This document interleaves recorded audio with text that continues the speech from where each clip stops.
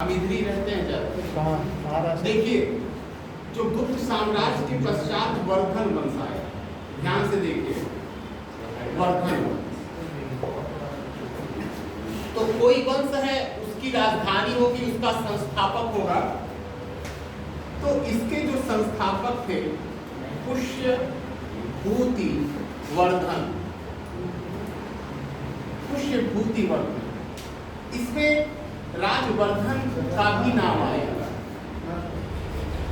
लेकिन इस वंश का जो सबसे मेन राजा था, जो सबसे महान राजा था, वो हर्षवर्धन था। जैसे कुषाण वंश में पूरा इतिहास कुषाण वंश का कनिष्क के आसपास घूमता है ना। जैसे मौर्य वंश में पूरा इतिहास अशोक के आसपास ही घूमता है। जैसे मुगल काल में पूरा मुगल काल 1526 से लेकर 1707, वैसे अंतिम मुगल बादशाह बहादुर शाह द्वितीय था जफर, जो जफर के नाम से कविताएं लिखता था। तो पूरा जो मुगल है उसका जो मेन कैरेक्टर, जो हीरो है, वो है अकबर, जलालुद्दीन मोहम्मद अकबर। वैसे औरंगजेब ने अकबर से ज्यादा शासन किया और सर्वाधिक क्षेत्रफल पर, परंतु पूरा मुगल आप देखते हैं अकबर ही था। ठीक उसी प्रकार से जो वर्धन वंश है उसमें जो मेन राजा था वो हर्षवर्धन था। पहली बार वर्धन वंश की जो पहली राजधानी थी वो थी थानेश्वर।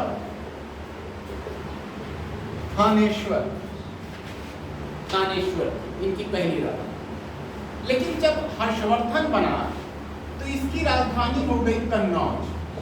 कन्नौज आप जानते हैं लखनऊ के आगे है, गंगा नदी बहती है। देखिए कन्नौज इत्र के लिए प्रसिद्ध है। कन्नौज जो है इत्र के लिए प्रसिद्ध है आज भी, है ना। और मैं आपसे बताऊं, इसको इत्र की नगरी कहते हैं, कन्नौज। कन्नौज को बहुत ध्यान से सोचिएगा, आगे बहुत इसका महत्व है।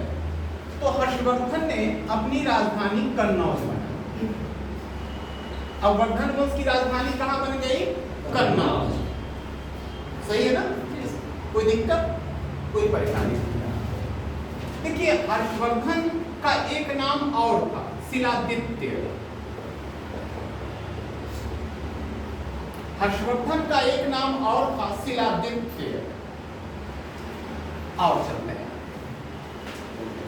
हर्षवर्धन प्रारंभिक समय में शैव धर्म का उपासक था। शैव धर्म, कुछ पुस्तक में कहते हैं कि सूर्य का उपासक था, सूर्य की उपासना करता था,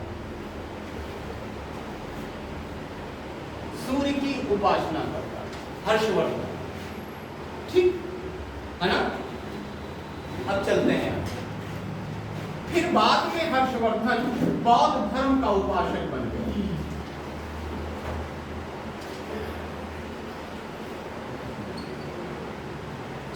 कोई दिक्कत, कोई दिक्कत आई है ना। हर्षवर्धन प्रारंभिक समय में शैव धर्म का उपासक था। कुछ इतिहासकार कहते हैं ये सूर्य का उपासक था हर्षवर्धन। फिर बाद में बौद्धिस्ट बन गया, बौद्ध धर्म का उपासक। जिस प्रकार से अशोक ने अपना संपूर्ण जीवन बौद्ध धर्म को समर्पित कर दिया, ठीक उसी प्रकार से हर्षवर्धन ने भी अपना संपूर्ण जीवन बौद्ध धर्म के प्रचार तथा प्रसार में समर्पित कर दिया। अगर कभी आपसे कोई पूछे कि विदेशों में बौद्ध धर्म किस भारत के शासन काल में सर्वाधिक उसका प्रचार प्रसार हुआ है, तो वहां अशोक मत लगाना, हर्षवर्धन लगाना। फिर से सुनिए, अगर आपसे कोई पूछे वह भारत का कौन सा शासक था जिसके शासन काल में बौद्ध धर्म विदेशों में सर्वाधिक उसका प्रचार प्रसार हुआ, तो अशोक मत लगाना, हर्षवर्धन लगाना। यही आंसर सही है। यहां तक मेरे साथ हैं? बोलिए। देखिए वर्धन वंश की स्थापना पुष्यभूति वर्धन नामक व्यक्ति ने की थी। राजवर्धन आया, है ना। ऐसा माना जाता है कि वर्धन वंश की प्रारंभिक राजधानी थानेश्वर थी। जब हर्षवर्धन बना तो कन्नौज को अपनी राजधानी बनाई। कन्नौज इत्र के लिए प्रसिद्ध है, इसे इत्र की नगरी कहते हैं। कन्नौज गंगा नदी के किनारे स्थित है। आगे चलकर कन्नौज का नाम कई बार आएगा, इसलिए कन्नौज को याद रखिएगा। हर्षवर्धन का दूसरा नाम शिलादित्य था। क्या नाम था? दूसरा नाम शिलादित्य था। किसका? हर्षवर्धन का। हर्षवर्धन प्रारंभिक समय में शैव धर्म का उपासक था, फिर सूर्य की भी उपासना का इसका प्रमाण मिलता है। फिर बाद में बौद्धिस्ट हो गया, बौद्ध धर्म का उपासक हो गया। कहाँ समस्या है?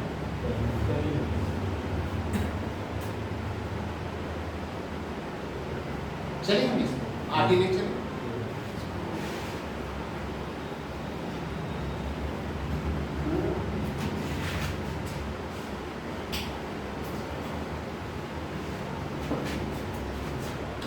चलते हैं इधर।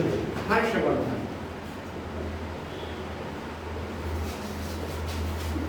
देखिए, हर्षवर्धन स्वयं विद्वान था, स्वयं विद्वान था।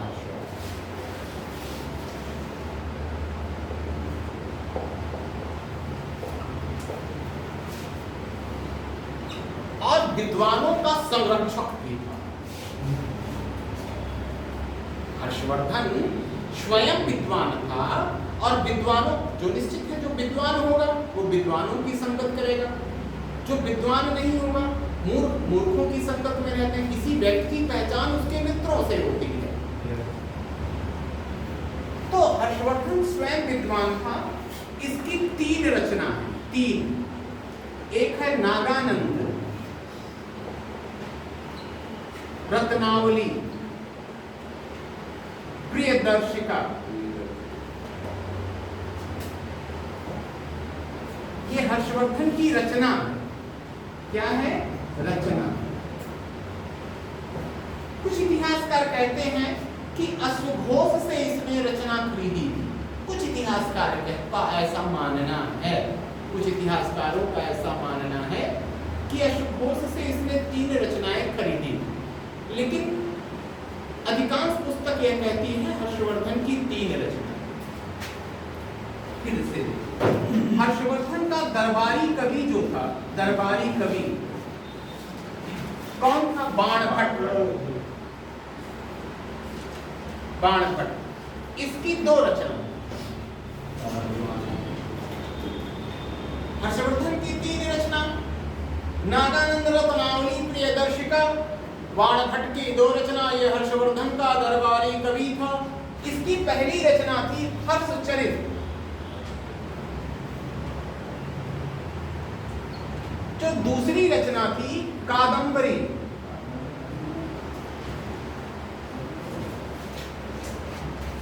कोई दिक्कत? फिर से सुनिए।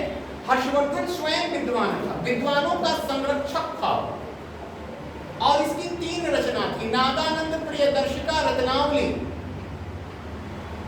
हर्षवर्धन का दरबारी कवि बाणभट्ट था, जिसकी 2 रचना थी, हर्षचरित और कादंबरी। कोई समस्या? कोई समस्या?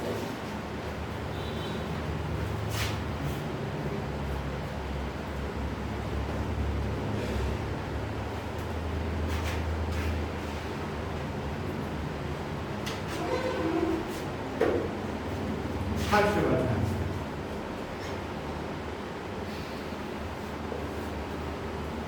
ये बहुत दानवीर शासक। कुछ इतिहासकार इसकी तुलना कर्ण से करते हैं।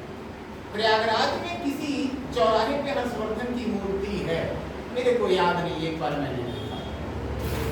बहुत दानवीर हर्षवर्धन।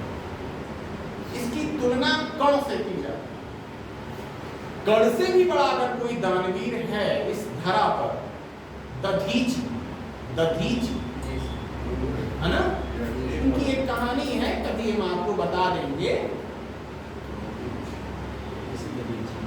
पूरा महाभारत कर्ण के इर्द गिर्द घूमता। महाभारत का, जैसे मैंने आपको कभी बताया होगा कि महाभारत का सर्वश्रेष्ठ पात्र कर्ण,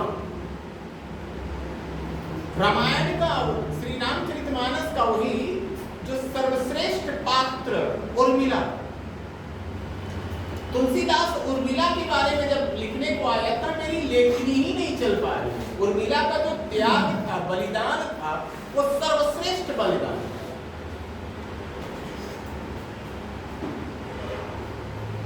चलते हैं आगे।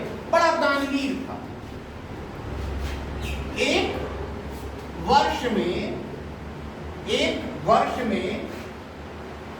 ये जो भी पाता था, कर मतलब टैक्स जो भी पाता था, उसका 4 भाग कर देता। कितना भाग? 4 भाग।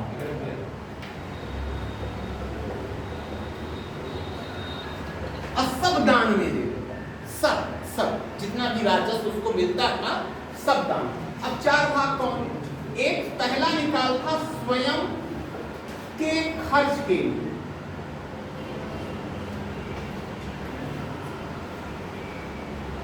स्वयं के खर्च। जो दूसरा था विद्वानों के लिए। अब विद्वानों का भैया ये आश्रयदाता थे।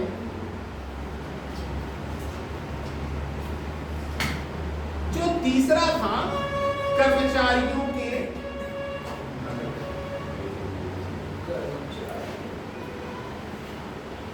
वेतन के लिए।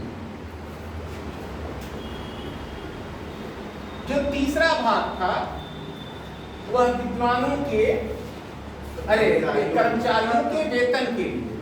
जो चौथा भाग था वो दान दक्षिणा के लिए, दान देने के लिए। अब पूजा पाठ जो भी है उसको अपना करता।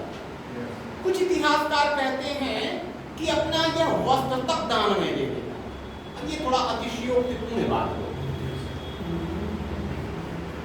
बहुत दानवीर, बड़ा सज्जन था हर्षवर्धन। लेकिन हर्षवर्धन की कोई अपनी संतान नहीं। इसीलिए हर्षवर्धन की मृत्यु के बाद वर्धन वंश ताश के पत्तों की तरह ढह गया।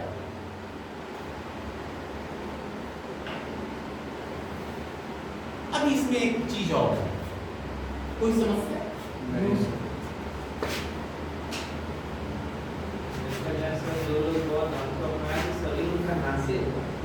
अब ये हम अपने मुख से नहीं कर सकते।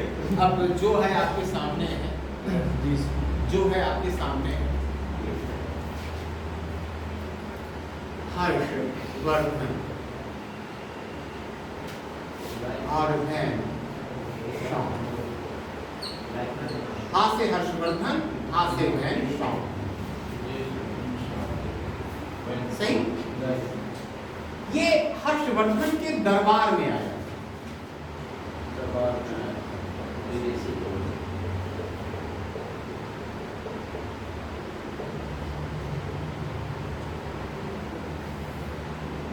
चीनी नागरिक।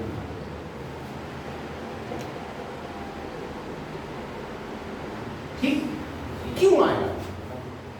नालंदा में बौद्ध शिक्षा ग्रहण करने।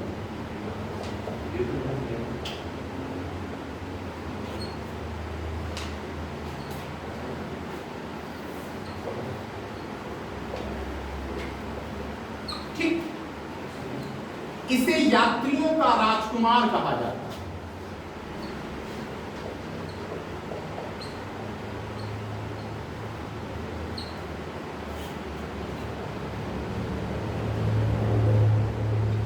इसे यात्रियों का राजकुमार।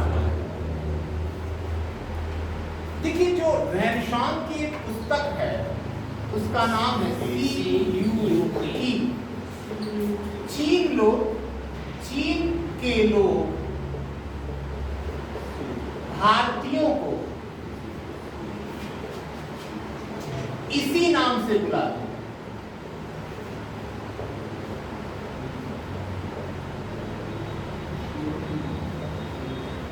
थोड़ा रेनेसां की चर्चा है। बहुत सुंदर था रेनेसां, बहुत सुंदर और बड़ा विद्वान। जब ये भारत आ रहा था तो रास्ते में इसकी सामान चोरी हुई। हर्षवर्धन के दरबार में गया, चूंकि विद्वान था, हर्षवर्धन विद्वानों का संरक्षण करता था। हर्षवर्धन ने इसका उचित सम्मान किया और आग्रह किया कि आप मेरे दरबार में रहें। ठीक। फिर हर्षवर्धन काशी के ब्राह्मणों को बुलवाया। काशी नामक नगर की स्थापना राजा दिवोदास ने की।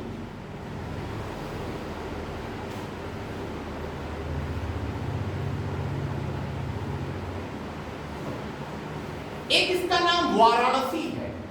क्यों पड़ा? क्योंकि भदोही से वरुणा नदी निकलती है जो काशी में आकर गंगा नदी में मिल जाती है, इसीलिए इसका नाम पड़ा वाराणसी। बनारस तो इसका आधुनिकतम नाम पड़ गया, उसको बनारस सही नाम नहीं है, ओरिजिनल में काशी, पावनासी, घाटों का शहर,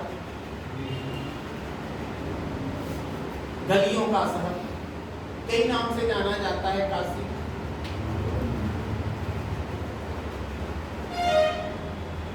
उत्तर प्रदेश में सर्वाधिक बौद्धिस्ट तथा जैनी काशी में पाए जाते हैं। अब पूरे भारत में महाराष्ट्र का, ठीक। तो इसे यात्रियों का राजकुमार है, तो काशी से बहुत विद्वान आए। अब शास्त्रार्थ प्रारंभ हुआ और वैनसांग सभी काशी के विद्वानों को शास्त्रार्थ में पराजित कर दिया। ये कई बार। अब काशी के जो पंडित लोग थे वो इससे चिढ़ते थे, द्वेष रखते थे। तो जिस कुटिया में सोया था उसमें आग लगा दी, इसकी हत्या का प्रयास किया।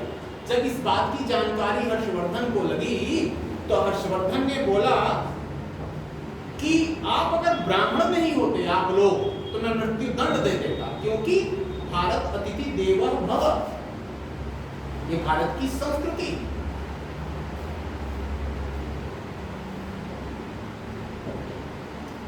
काफी समय तक वैनसांग रहा। फिर उसके बाद ये दक्षिण भारत चला गया। दक्षिण भारत गया, किसके दरबार में गया? वैनसांग। एक चालुक्य नरेश थे, चालुक्य नरेश, पुलकेशिन द्वितीय,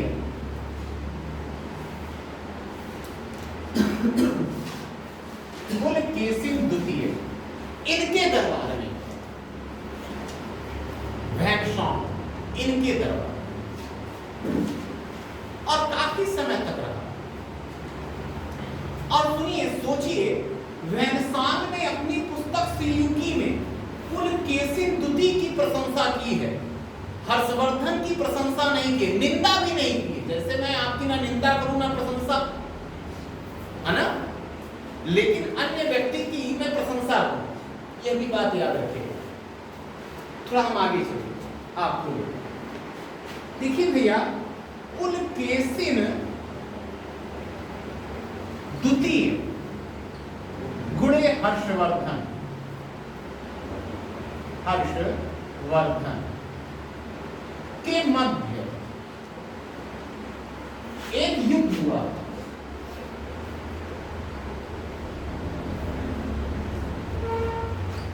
जिसमें पुलकेशिन द्वितीय जीता था। कौन जीता था? पुलकेशिन द्वितीय। इस बात का प्रमाण कहां मिलता है? इस बात का प्रमाण मिलता है ऐहोल अभिलेख। ऐहोल अभिलेख में इस बात का प्रमाण मिलता है। तो ऐहोल अभिलेख का संबंध किससे है? पुलकेशिन द्वितीय। अब पुलकेशिन द्वितीय कहां का राजा था? चालुक्य नरेश था, मतलब साउथ में एक चालुक्य था। मैं चालुक्य वंश पढ़ाऊंगा आपको कभी, तो उसमें ऐसा प्रमाण मिलता है कि पुलकेशिन द्वितीय तथा हर्षवर्धन के मध्य एक युद्ध हुआ था, जिसमें पुलकेशिन द्वितीय विजयी हुआ था। तो दक्षिण भारत में कौन गया था? वैनसांग गया, ठीक है ना। अब चलते हैं। वैनसांग जो है कश्मीर भी गया। कहां गया? कश्मीर। कश्मीर की मैंने एक दिन चर्चा की थी। कश्मीर गया और वहां कारकोट वंश का राजा था। कारकोट वंश का राजा था दुर्लभ वर्धन। इसके भी दरबार में गया। कौन? ह्वेनसांग। तो ह्वेनसांग हर्षवर्धन के दरबार में आया, चालुक्य नरेश पुलकेशिन द्वितीय के दरबार में रहा, और कश्मीर के कारकोट वंश के राजा दुर्लभ वर्धन के दरबार में ह्वेनसांग गया। ह्वेनसांग ने यहाँ से बहुत सी पांडुलिपियां ले गए चीन। जब वो जा रहा था तो हर्षवर्धन ने उसके साथ एक सेना भेजी, क्योंकि आते वक्त उसका सामान चोरी हो गया और उसके बड़े शत्रु लोग हो गए थे, क्योंकि बड़ा विद्वान था, कई लोगों को पराजित किया था शास्त्रार्थ में, है ना, कोई लड़ाई नहीं हुई थी। तो यहाँ से ले गया और इसने चीन जाकर बौद्ध धर्म का भारत के बारे में बहुत व्यापक प्रचार प्रसार, बड़ी प्रशंसा की है भारतीयों ने। ठीक, अब हम आगे एक चीज बताते हैं। कुछ इतिहासकार कहते हैं, मैंने तो पढ़ा है कि 6 बौद्ध संगीति हुई थी, 4 तो मैं आपको बताया हूँ, 4 पुस्तक में लिखी है। ऐसा माना जाता है 5वीं बौद्ध संगीति हर्षवर्धन के शासन काल में प्रयागराज नामक स्थान पर हुई थी, जिसकी अध्यक्षता चीनी यात्री ह्वेनसांग ने किया, है ना। ऐसा माना जाता है कि 5वीं बौद्ध संगीति हर्षवर्धन के शासन काल में प्रयागराज नामक स्थान पर हुई थी, जिसकी अध्यक्षता चीनी यात्री ह्वेनसांग ने किया। हर्षवर्धन मर गया, इसकी कोई संतान नहीं थी, जिसके कारण वर्धन वंश ताश के पत्तों की तरह बिखर गया। वनडे में इससे ज्यादा आपको आना नहीं, जितना मैंने, मैं एक बार पुनः सुना देता हूं। वर्धन वंश की स्थापना प्रभाकर वर्धन कहीं देता है, कहीं कहीं प्रभाकर वर्धन भी लिखा है, प्रभाकर वर्धन भी दिया है पुस्तक में। प्रभाकर वर्धन नामक व्यक्ति ने की थी, और इस वंश का जो मेन राजा था वह था हर्षवर्धन। हर्षवर्धन का एक नाम शिलादित्य है। हर्षवर्धन प्रारंभिक समय में शैव धर्म का उपासक था, सूर्य भगवान की उपासना करता था, फिर बौद्धिस्ट हो गया। हर्षवर्धन का दूसरा नाम शिलादित्य था। हर्षवर्धन की 3 रचना नागानंद, प्रियदर्शिका, रत्नावली, और हर्षवर्धन का दरबारी कवि बाणभट्ट था, जिसकी 2 रचना हर्षचरित तथा कादंबरी। हर्षवर्धन ने कन्नौज नामक नगर की स्थापना की, अपनी राजधानी बनाई। कन्नौज इत्र के लिए प्रसिद्ध है, लखनऊ के आगे है, गंगा नदी के किनारे। वैसे इत्र का आविष्कार नूरजहां की मां अस्मत बेगम ने किया था। जब मैं नूरजहां आऊंगा तो उसकी चर्चा करूंगा एक बार। और नूरजहां स्वयं ब्यूटी पार्लर की जनक है, सौंदर्य प्रसाधन की सामग्रियों की जनक बताई गई नूरजहां का असली नाम मेहरू निशा। मैं नूरजहां की चर्चा करूंगा आगे। तो हर्षवर्धन स्वयं दानवीर शासक था, बहुत बड़ा दानी था।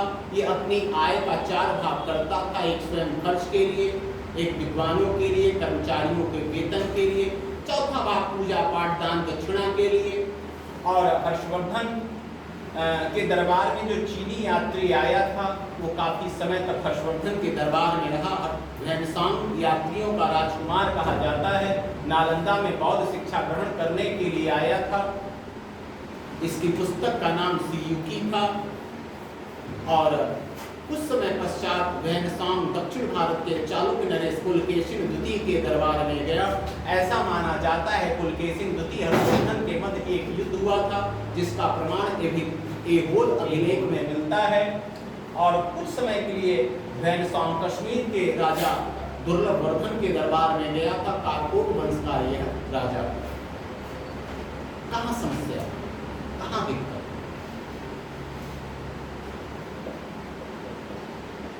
बोलो। इसके पूर्व आपको गुप्त वंश मैंने पढ़ाया था, अभी आप सुन लीजिए 1 मिनट।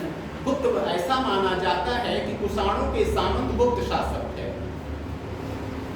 गुप्तों का शासन उत्तर प्रदेश, बिहार, उज्जैन तक था। बहुत बड़े क्षेत्रफल में गुप्त लोग शासन नहीं कर सके। सर्वाधिक भूमि अनुदान गुप्तों ने दिया। गुप्तों के शासन काल को स्वर्णकाल कहा जाता है। स्वर्णकाल शब्द का अर्थ है जिस काल में कला और संस्कृति का सर्वाधिक विकास हुआ, क्योंकि गुप्तों के ही शासनकाल में भारत में सर्वप्रथम मंदिर निर्माण का जन्म हुआ। श्री ब्रह्मा, श्री विष्णु, श्री महेश की त्रिमूर्ति बनना प्रारंभ हुई। अर्धनारीश्वर की मूर्ति शिव, आदिशक्ति जगदम्बा, माता पार्वती की संयुक्त मूर्ति सर्वप्रथम गुप्तों के शासनकाल में बनी। नई नई जातियों का वर्णशंकर हुआ, नई नई जातियां पैदा हुई। गुप्त साम्राज्य की स्थापना श्री गुप्त नामक व्यक्ति ने की थी। उसका उत्तराधिकारी घटोत्कच था। घटोत्कच का उत्तराधिकारी चंद्रगुप्त प्रथम था। चंद्रगुप्त प्रथम गुप्त साम्राज्य का वास्तविक संस्थापक माना जाता है। चंद्रगुप्त प्रथम ने सर्वप्रथम रजत मुद्राएं जारी की। चंद्रगुप्त प्रथम ने सर्वप्रथम महाराज धीराज नामक उपाधि धारण की। चंद्रगुप्त प्रथम का विवाह लक्ष्मी की राजकुमारी कुमार देवी के साथ हुआ था। चंद्रगुप्त प्रथम ने 319 तथा 20 ईस्वी में गुप्त संवत चलाया था। चंद्रगुप्त प्रथम ने एक लौह स्तंभ का निर्माण करवाया था दिल्ली में मेहरौली के निकट। चंद्रगुप्त प्रथम का उत्तराधिकारी समुद्रगुप्त था। समुद्रगुप्त को भारत का नेपोलियन कहा जाता है। उसने उत्तर भारत के 9, दक्षिण भारत के 12 राज्यों को जीता। यूनानी विद्वान विंसेंट आर्थर स्मिथ महोदय ने समुद्रगुप्त को भारत का नेपोलियन कहा। ईरान का नेपोलियन नादिर शाह को कहा जाता है।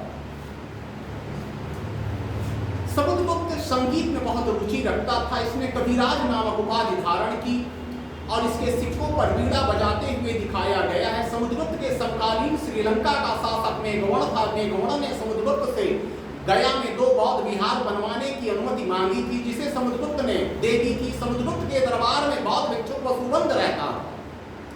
समुद्रगुप्त ने परातांक नामक उपाधि धारण की थी। समुद्रगुप्त के 2 पुत्र थे, श्री रामगुप्त, चंद्रगुप्त द्वितीय।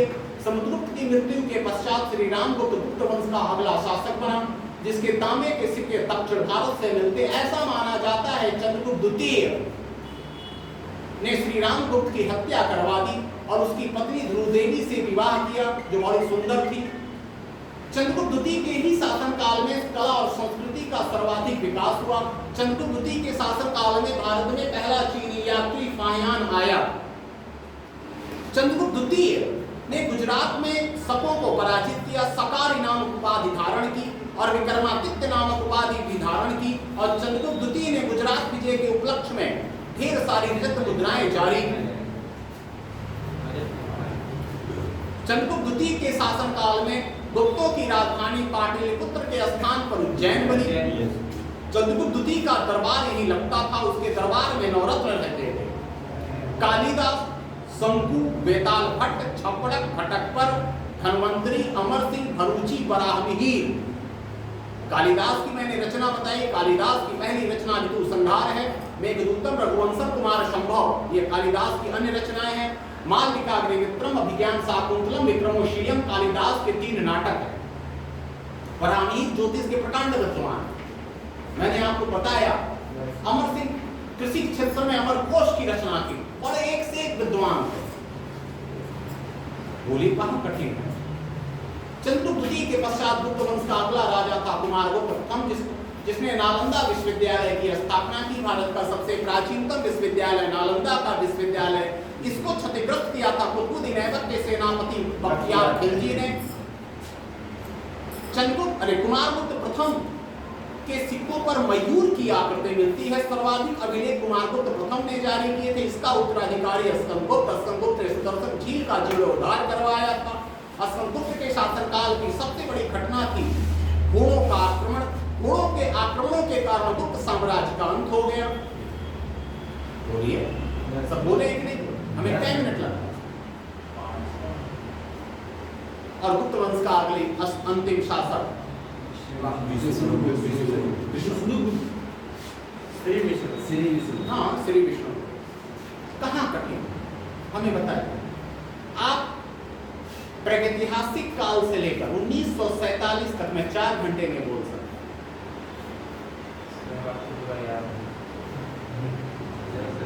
सालों से पढ़ा जा रहा है, लेकिन आपको मैं तो वो इतिहास पढ़ा ही नहीं रहा हूं जो मेन है वनडे का, वो मैं पढ़ा रहा हूं। वो नहीं याद होगा और मैं एक टॉपिक को कम से कम 5 से 6 बार बोल रहा हूं कि नहीं बोल रहा हूं, हाँ या ना, उसके बाद नहीं याद होगा। अब बताइए, तो आपको कौन सा ऐसा दिया जाए मंत्र या गोली कि आपको पिला दिया जाए? क्यों? क्योंकि आपके पास एकाग्रता नहीं है, मन पर आपका कंट्रोल नहीं। और जो बच्चा मन को नहीं जीत लिया वो जीवन में कोई बच्चा ही नहीं, कोई भी व्यक्ति वो कभी सफल नहीं हो सकता। पहले अपने मन को जीत, पहले मन को जीत, मन पर लगाम लगा। देखिए वर्धन वंश की समाप्ति के बाद ऐसा माना जाता है कि 200 वर्षों का इतिहास मिलता नहीं, पुस्तक में ऐसा दिया जिसे डार्क एज कहा जाता है। और यहीं से राजपूत काल प्रारंभ होता है। 800 से लेके 1200 का जो पीरियड है वो राजपूत काल के नाम से जाना जाता है। राजपूत काल, राजपूत शब्द का अर्थ है राजा का पूत। राजाओं के स्थान को राजस्थान कहते हैं। भारत में सर्वाधिक किले राजस्थान में पाए जाते हैं।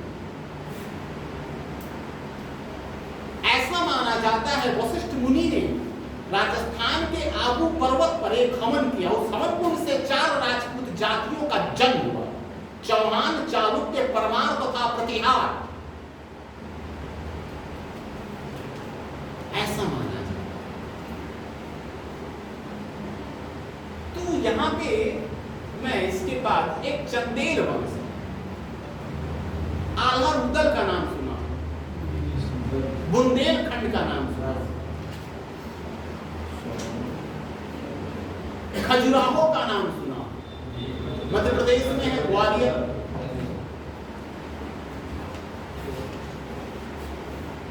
तो चंदेल वंश की स्थापना नन्नुक नामक व्यक्ति ने की थी। नन्नुक, इसको फिगर से समझा देंगे, पहले सुनो। इनकी राजधानी मध्य प्रदेश में ग्वालियर में थी। इसी वंश में एक राजा था धंग। ऐसा माना जाता उसी ने वहां पे मंदिरों का, वो सारे मंदिर नागर शैली के। मैं एक दिन आपको द्रविड़ शैली, नागर शैली, बेसर शैली पढ़ाऊंगा। नागर शैली, बेसर शैली, द्रविड़ शैली। बस इतना याद रखना, उत्तर भारत के सारे मंदिर नागर शैली, दक्षिण भारत के सारे मंदिर द्रविड़ शैली। बेसर शैली जो है वो नागर और द्रविड़ शैली की मिक्स है। ये आंध्र प्रदेश के जितने मंदिर हैं, अब आंध्र प्रदेश का विभाजन हुआ, तेलंगाना बना, तो वहां जितने मंदिर पाए गए वो बेसर शैली के पाए गए। मैं इसकी चर्चा करूंगा। और धंगी चंदेल वंश का राजा था जिसने प्रयागराज में वो वट वृक्ष के नीचे संगम में छलांग लगा की जल समाधि ले। विष्णु भगवान का अनंत भक्त था धंग। इसी में एक राजा था यशोवर्मन, जिसके दरबार में भवभूति रहते थे, जिनकी रचना है मालती माधव, श्री रामचरित, श्री उत्तर रामचरित।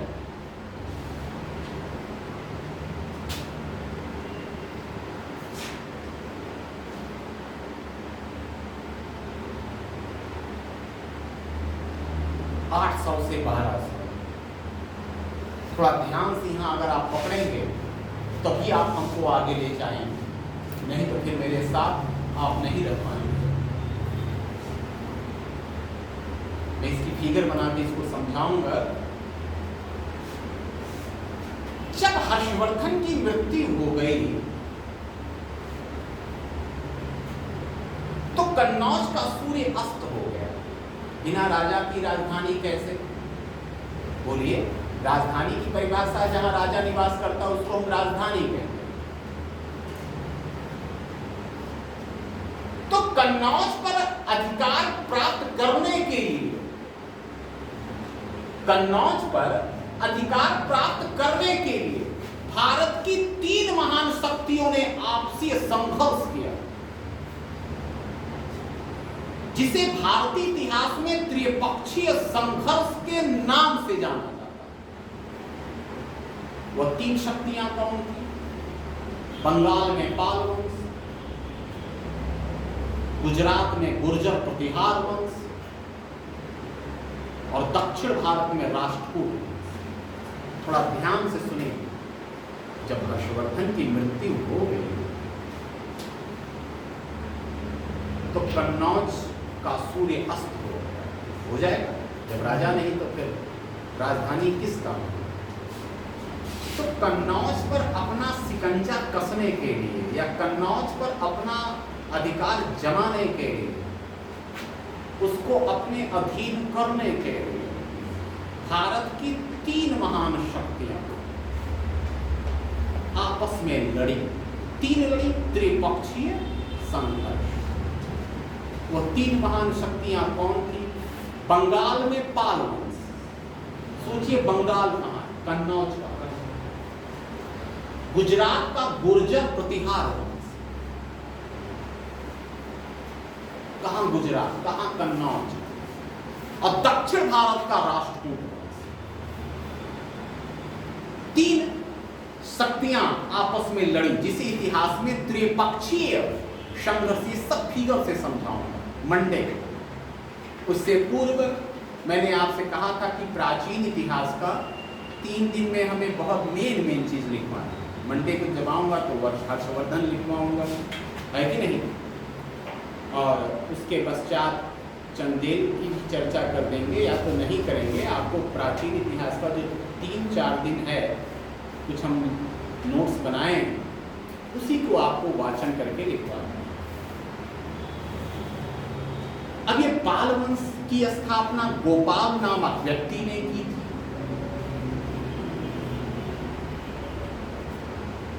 ये बौद्धिस्ट थे, बौद्ध धर्म के उपासक।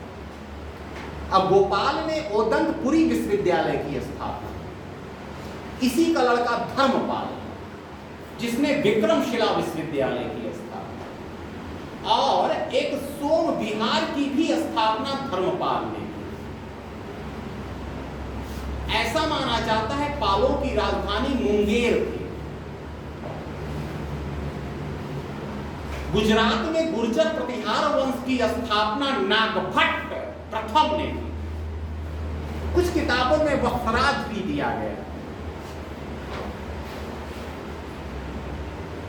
जैसे अधिकांश किताब कहती है हर्षवर्धन वंश की स्थापना प्रभाकर वर्धन, अधिकांश किताब यही कहती है।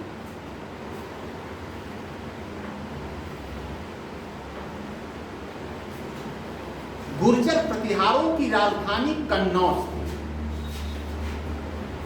सर्वाधिक समय तक गुर्जर प्रतिहारों ने ही कन्नौज पर शासन किया, अगर इन तीनों में देखा जाए।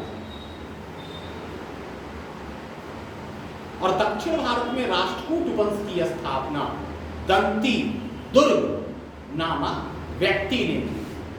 इनकी राजधानी थी मानेकशॉ। गुर्जर प्रतिहार वंश के राजा वैष्णव धर्म के उपासक है और राष्ट्रकूट वंश के राजा जैन धर्म के उपासक, जैनी। ये 3 महान शक्तियां आपस में लड़ी। जब हम आपस में लड़ेंगे तो विदेशी शक्ति का यहां पर आक्रमण करने का सुनहरा अवसर है।